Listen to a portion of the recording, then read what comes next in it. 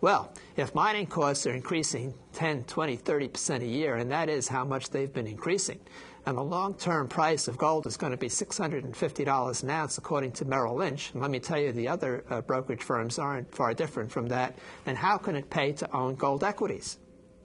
So this, folks, is why the institutions aren't in the gold stocks, because they're listening to their analysts. And the analysts are telling them that the long-term price for gold is maybe $650 an ounce. Well, in that case, how can you possibly buy the gold equities? And again, nobody's buying the gold metal, because if they buy the gold metal, then there's no more fees. Go to the next slide, please. And so how did Wall Street get this so wrong? Come back to me, please. I mean, the guys on Wall Street, let me tell you, these are the most brilliant people on the planet. They're the most articulate, most well-read, most worldly people on the planet. I mean, these people, they are more up-to-date and more knowledgeable than in almost any other field. How did they get gold wrong, so wrong? Well, part of the story goes back to Harry Oppenheimer. Harry Oppenheimer was one of the richest men on the planet. He was the controlling shareholder of De Beers and also the controlling shareholder of Anglo Gold, one of the largest gold companies on the planet at the time. And he had this really great success near the latter part of the 1970s with the Krugerrand. This was his innovation. And he formed a company to market the Krugerrand. It was called International Gold, sometimes called Intergold. And the guy who he had marketing these Krugerrands was a fellow by the name of Chick Hood, a very brilliant, charismatic executive. Around 1981, roughly, Intergold morphed into the World Gold Council, which is a conglomeration of all the leading gold companies on the planet. They pay dues to the World Gold Council. Something one time was as high as $4.50 per ounce mined. The World Gold Council was taking in over the years somewhere between $60 and $90 million a year in dues. In any event, Harry Oppenheimer tagged Chick Hood to be the CEO of the World Gold Council. And Chick Hood, again, he was a marketing guy. I had spoken to him at, I guess, around the mid-1990s before he retired. His background was with consumer marketing. I think it was with Colgate-Palmolive or somebody like that. And like any marketing guy, he puts his finger to the air. He says, what's gold used for? Well, it's used for jewelry. And so all of the World Gold Council offices that he opened around the planet, he staffed with people from the jewelry industry. So the guy who headed the World Gold Council office in New York, terrific executive, his name was Michael Ballerin, a very capable guy. His description of himself was a gold jewelry marketing guy. Well, why didn't Harry Oppenheimer and the gold guys, why didn't they pay attention to the monetary issues? And this is something that perplexed me for a long time until Harry Oppenheimer died, which was around 2000. And in an obituary that appeared in the London Telegraph, the guy who wrote the obituary, and I spoke to him, quoted an interview that Harry Oppenheimer gave, where the interviewer says to Oppenheimer, what do you prefer, diamonds or gold? And here's what Oppenheimer said, word for word. He said, diamonds every time. People buy diamonds out of vanity.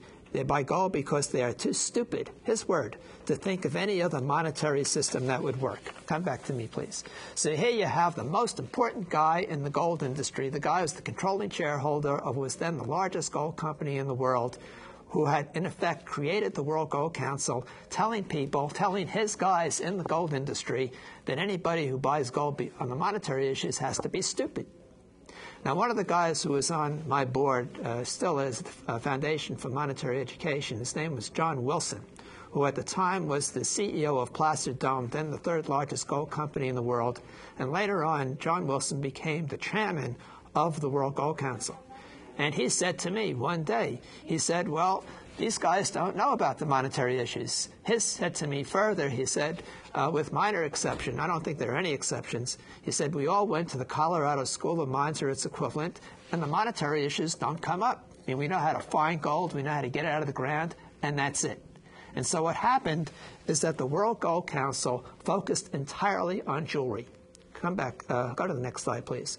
This is a slide off the World Gold Council website. And roughly all the money that they collected from the gold companies, they spent on co-op advertising on gold jewelry. Come back to me, please. And in effect, taking people's eye off the ball being the monetary issues. Go to the next slide, please. However, jewelry is a low-value marginal use for gold. And further, the jewelry manufacturers have a conflict of interest with the producers because jewelry manufacturers want the gold price to decrease. Come back to me, please. Well, why do the gold manufacturers want the gold price to decrease? And the answer is gold is a cost of doing business for them. And so they want to minimize their costs. Their profit comes from the workmanship that goes into the gold. And when the gold price goes up, they use less of it. So in effect, by aligning themselves with gold, with the jewelry guys, the World Gold Council and those producers who pay money into the World Gold Council, they have shot themselves in the foot. And in effect, again, they've taken everybody's eye off the ball. However, this led to a major debacle with the money management industry. Because starting in the early 1990s and right through the 1990s, and to some extent even today, to this day, the analysts who cover the gold companies, they also went to the Colorado School of Mines or its equivalent. They don't know anything about the monetary issues either. And in every industry where analysts cover an industry, they go to the trade association for their information. And when they go to the World Gold Council, the World Gold Council tells them how this is in the early 1990s, how the demand for jewelry is going up, but the amount of mine being produced is flat or maybe decreasing, and they started talking about this gap between the demand for jewelry and the amount produced.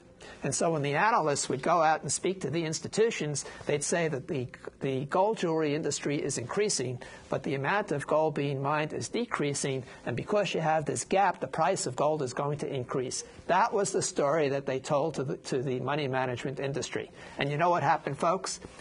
More gold did go into the jewelry industry, and the gap did increase, but the gold price went down.